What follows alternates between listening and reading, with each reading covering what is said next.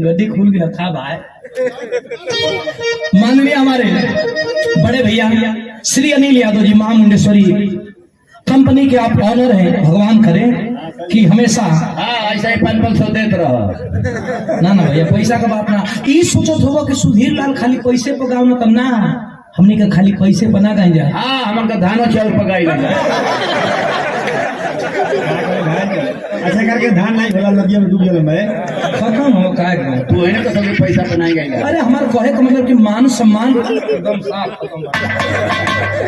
धान भिजवाना कहाँ से लिए ला जाओ ए नदिया में नदी वो पीछा नहीं पड़ा है। ई बड़हरा एगो गांव पड़ेला ककरई का समनवा बड़हरा खाली उजा हिरनिए ह आ ओजा लालटेन के नारा में बुता हो जाता।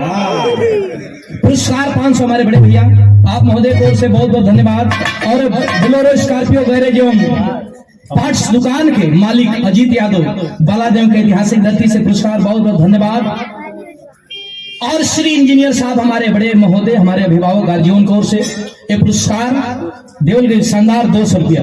चरणों में कोट कोट प्रणाम बहुत बहुत धन्यवाद। कैसे कहे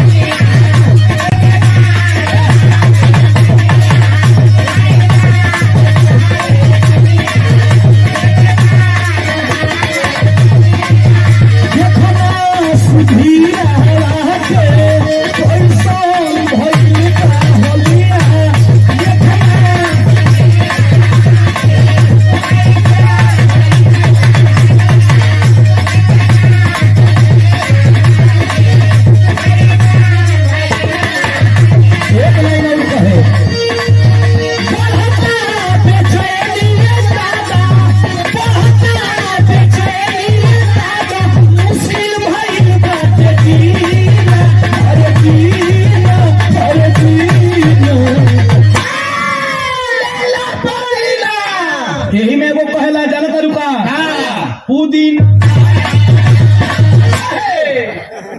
देखा पुदीना आगे गर्मी के दिन बिरा बिरा बन के तो जा यही में कहला पुदीना।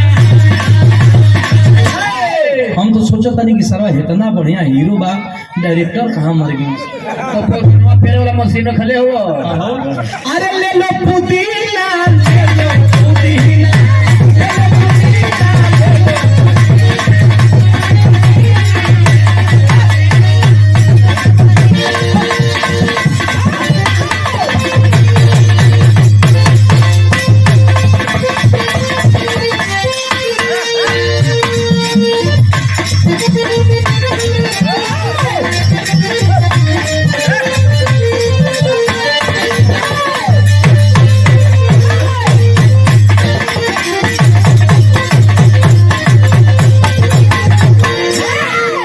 बिरहा खा होला और बिरहा कैसे गावल जाला। बिरहा है ना भैया लोग जुटल बनी। समय का बड़ा बांध और समय का कसौटी में बन के जे काम करेला वो बड़ी लंबा रेस को घोड़ा होला। बिरहा एक ऐसी विधा है जो सुंदर और स्वस्थ समाज की स्थापना करता है। निमन चीज के ऊपर निक लागत नहीं है। रामायण नहीं निक लाग रहा। रामायण के ऊपर निक नहीं लागत। रामायण गावत लो नहीं का लइका मारा मर दे जाना तई हो पहले लोग खत्म हो गई का। चलता चीज गावत लो गावे लगा पुरानिया दादा लोग गाड़ी देता मन के कर रखल। अकेले यार के कर मनवा रखी पहलवानी चीज जो कसौटी में बंद करके और अखाड़े ऊपर जोर कहिला ओके पहलवानी कहिला। और धोती कुर्ता पहिन के जब मंच के ऊपर पहलवान जैसन दाव और पहलवान जैसन हिम्मत पहलवान जैसन जोर लगावे कोई के बिरहा कहा जाला। बिरहा कोई प्रकार का बिरहा एगो होगा कि आंखी में अंगुरी बरियाई से पूछ करवाओ रोआई नहीं खे बड़ा बरियाई से पूछले बड़ा। बाबू हमें बिल वाला एगो बिरहा बा कि रवि के सरवा कलेजा फाड़ के धड़कत आग। एगो बिरहा पलवानी दंगल ना भइला लेकिन लागे कि पहलवानी होत बा। उम्र से क्या, हाँ हाँ इहे तो उम्र है राजा। जब शरीर भाप के शरीर का आकलन करके केहू के छोटा न समझ। ये जवानी हो गया। बिरहा का दाव पेच कैसन होके के चाहिए, पहलवानी का दाव पेच कैसन होके के चाहिए, और बिरहा ओरिजिनल का है। 10 मिनट धून तोरत रतिया भर कहब और रतिया भर हिलवा लोगन नहीं, लेकिन हमनी का हम चाहे लक्ष्मी प्रियदर्शी धून तरह जो ना है, हमनी का पहचान बिरहा से बा। और बिरहा ऐसा बिरहा की बड़ बुजुर्ग नौजवान बच्चा जे सुने तो रोम रोम में जवानी आ जाए। आवत है वो बिरहा 15 से 20 मिनट।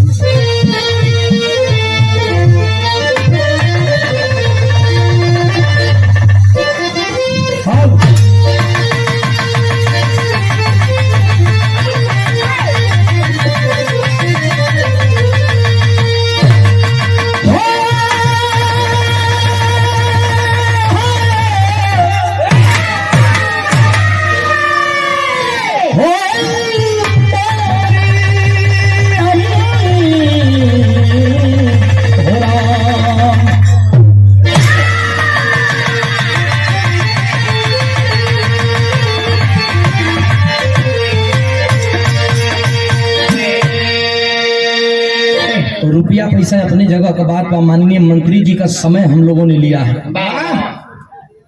तो फ्लाइट भी है इनकी। कुछ ऐसा चीज गाया जाए कि इनकी फ्लाइट में जब तक बैठे रहें तब तक सोचते रहें कि कोई कुछ गाया था।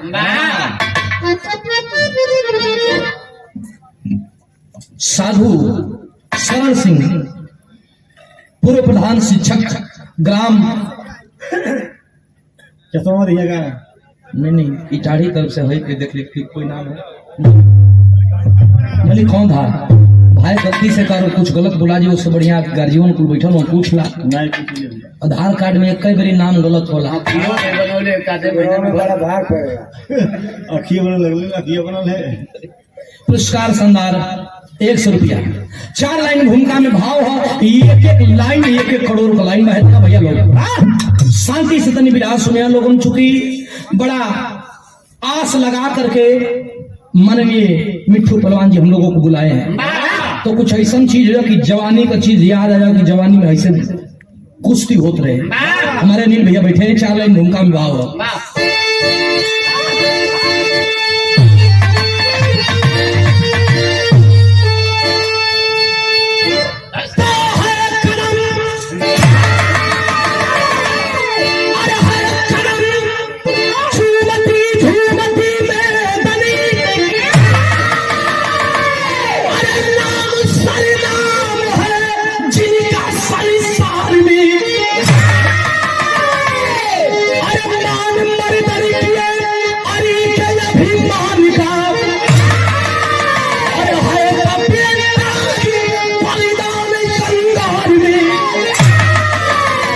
एक से एक है शेर सुरमा बहादुर,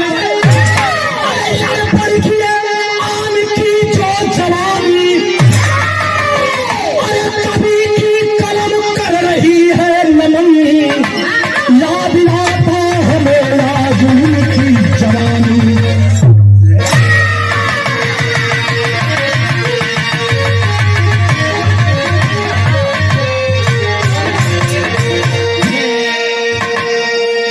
इतना भैया लोग जुटल बैठल बनी, तनी तनी बात कम हो गई प्लीज, निहोरा बा भैया लोग। हिंदुस्तान गुलाम था बंगाल से, बाबू सुभाष चंद्र बोस ने मरकाना था, तुम मुझे खून दो मैं तुम्हें आजादी दूंगा। तो कानपुर से चंद्रशेखर आजाद की पिस्टल हुंकार भर रही थी, छोड़ दो मेरा हिंदुस्तान, नहीं तो कलेजे में बारूद भर दिया जाएगा। 1857 में ही बाबू वीर कुंवर सिंह ने ललकारा था विशेषर पहलवान को लेकर के कि बुढ़ौती और जवानी मायने नहीं रखती, अगर लड़ना है तो कसौटी बाज बन के लड़ो। माननीय विशेषर पहलवान की जीवनी मैंने लिखा है, टाइम मिलेगा इसी में गा देंगे। लेकिन कव्वाली का टुकड़ा है, हिंदुस्तान का विभाजन क्यों हो रहा है? तमाम राजनीतिक दलों के पार्टियां आज मंदिर मस्जिद और जाति धर्म में लड़ाने का काम कर रही है। हिंदुस्तान के टुकड़े हुए थे 1947 के पहले, क्यों? क्योंकि हम लोगों को बांट दिया गया था और इतिहास अपने आप को दोहरा रहा है।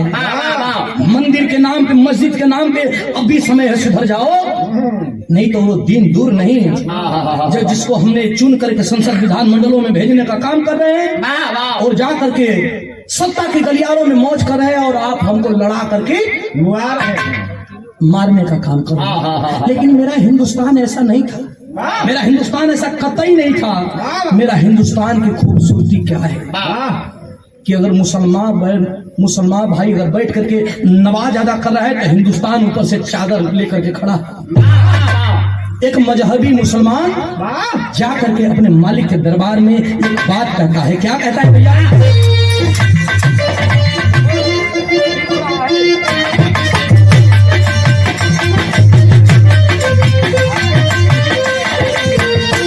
श्री सतेंद्र यादव दुर्गा इंडस्ट्रीज के डायरेक्टर महोदय जी की ओर से शानदार 200 रुपया पुरस्कार। बहुत बहुत धन्यवाद, सभी के प्रणाम पहुंचे।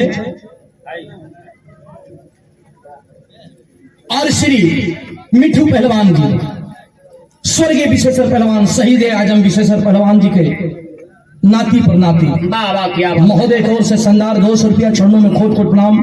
बहुत बहुत धन्यवाद, सभी के प्रणाम पहुंचे। दे दो भैया ऊपर उठा के। पोल्ट्री फार्म के ओनर मुटरू सिंह जी धनसोई के ऐतिहासिक धरती से शानदार 100 रुपया, बहुत बहुत धन्यवाद। दादा जल्दी दे दो। श्री राजकुमार सिंह कुरान सराय के ऐतिहासिक धरती से ये महोदय को से शानदार 100 रुपया, बहुत बहुत प्रणाम। कव्वाली क्या है? एक एक लोगों के कलेजे में ये जगह बनाएगी कव्वाली। अनिल भैया थोड़ा गौर फरमाइएगा कि कव्वाली क्या है।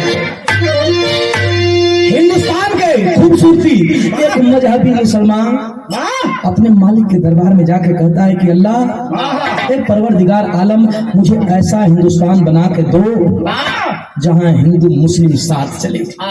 थोड़ी शांति से सुनिए लोगों ने क्या कहता है। अरे किन्ने ही नाम ख्वाजा का तूफान हट गया,